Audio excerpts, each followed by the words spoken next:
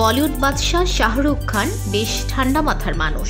শুধু তাই নয়, অনুরাগীদের সঙ্গে সাক্ষাৎ কিংবা আলাপচারিতার সময় তিনি খোশ মেজাজে থাকেন। তাই বলে তার সঙ্গে যা ইচ্ছা তা করা যাবে না মোটেই। এবার যেন সেই প্রমাণ দিলেন কিং খান। বিষয়টি পরিষ্কার করেই বলা যাক। কিছুদিন আগে এক সাক্ষাৎকারে শাহরুখের দেহরক্ষী ইউসুফ ইব্রাহিম বাদশাহ সম্পর্কের বলতে গিয়ে জানান, তারকাদের নিয়ে সবসময় অনুরাগীদের মধ্যে উন্মাদনা দেখা যায়। অনেক সময় সেই উন্মাদনা অতিরিক্ত হয়ে যায়। আমার মতে তারকারাও রক্ত মাংসের মানুষ, তাদেরও একটা কমফোর্ট জোন রয়েছে।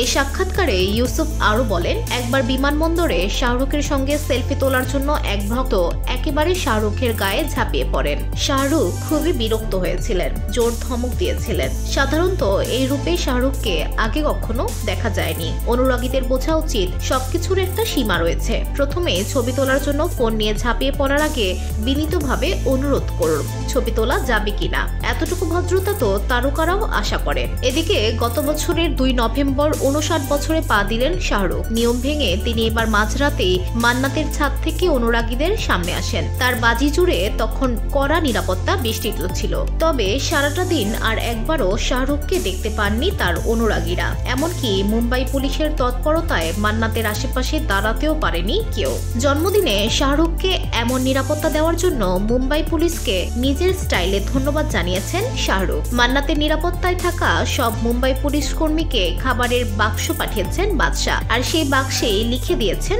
ধন্যবাদের বার্তা। এরকম একটা মানুষও রেগে যান। BOD Bangla news desk.